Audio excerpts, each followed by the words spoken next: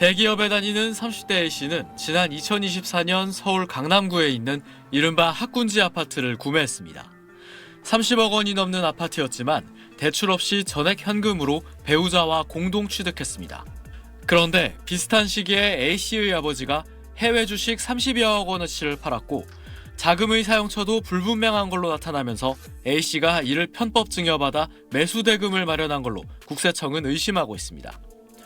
국세청은 이처럼 부동산을 매매하면서 편법으로 자금을 조달하고 탈세를 저지른 걸로 의심되는 127명을 대상으로 세무조사에 착수했습니다. 이들이 취득한 주택은 3,600억 원 규모로 탈세 의심 금액은 1,700억 원대로 추정됩니다. 편법적인 자금 조달에 대해서는 가용한 조직과 인력을 최대한 활용해 조사 대상을 대폭 확대하는 등 주요 조사 대상은 현금 부자나 투기성 다주택자, 30억 원 이상의 초고가 주택 취득자 등입니다. 위례 신도시의 20억 원대의 아파트를 매입한 30대 B씨는 건물 주인 아버지로부터 10억 원 넘게 빌리면서 아버지 사망 시 일괄 상환이라는 비정상적인 차용증을 작성했다 조사 대상에 올랐습니다. 부모 지원으로 한강뷰 아파트를 사 20억 원이 넘는 시세 차익을 낸 다주택자나 소득신고 누락자금으로 고가 아파트를 매입한 경우 등도 포함됐습니다. 국세청은 적발 사례에 대해선 40%의 부당 가산세를 부과하고 수사기관에 고발 조치할 방침입니다. 또 사업자 대출을 고가 아파트 취득에 쓴 사례에 대해선 하반기부터 전수검증을 실시할 계획입니다. SBS 이태원입니다. 법인이 갖고 있는 고가주택 2,630개를 모두 검증하겠다. 임광현 국세청장이 오늘 오전 SNS에 올린 글입니다.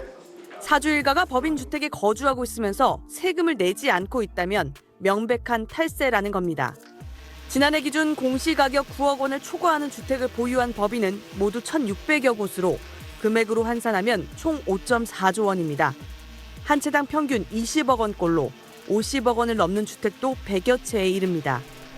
지난주 검증 대상을 확정한 국세청은 서류 조사와 함께 필요한 경우 현장 조사도 진행할 방침입니다.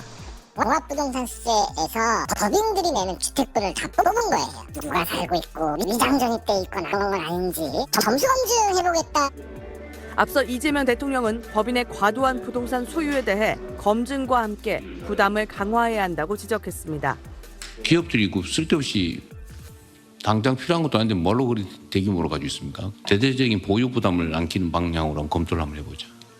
국세청은 이번 조사에서 혐의가 확인되면 즉시 세무조사로 전환해 관련 세금을 추징하고 법인 소유 토지 등 다른 비업무용 부동산에 대해서도 실태를 검증할 방침입니다. SBS 최희선입니다. 개인주택 임대사업자 A씨는 서울 개포동 등 강남 3구에 고가 아파트 8채를 포함해 전국에 19채를 보유하고 있습니다. A씨는 여기서 받은 전세금을 다른 사람들에게 빌려주며 8억 원이 넘는 이자 소득을 챙겼지만 국세청에 신고하지 않았습니다. 서울과 경기 등의 아파트 200채를 가진 또 다른 임대사업자 B씨. B씨는 주택 임대업체를 운영하면서 주택 40여 채에서 받은 8억 원이 넘는 임대 수입을 신고하지 않은 것으로 조사됐습니다. 보유 중인 아파트를 직원들에게 싸게 판 것처럼 허위 계약서를 써서 양도차익 20억 원을 축소 신고하기도 했습니다. 국세청은 주택 임대사업자의 세제 혜택을 받아놓고서 온갖 편법으로 세금을 탈루한 15개 임대사업자 등에 대해 세무조사에 착수했습니다. 임대 수입을 과소신고하거나 인테리어 등 경비를 부풀리는 수법으로 거액을 탈루한 것으로 국세청은 의심하고 있습니다. 이들이 탈루한 세금은 확인된 것만 2,800억 원입니다. 이번 조사 대상은 부동산 가격 상승률이 높은 서울 강남 3구와 한강벨트, 수도권에 소재하고 있는 아파트를 임대하거나 분양한 사업자 위주로 선정하였습니다. 이번 조사 대상인 15개 업체가 소유한 아파트는 3,141채로 공시 가격으로 따지면 9,558억 원에 달합니다. SBS 최희선입니다. 부동산 양도소득세를 10억 원 넘게 체납한 A씨의 전 배우자 집 앞. 국세청 직원들을 온 가족이 막아섭니다.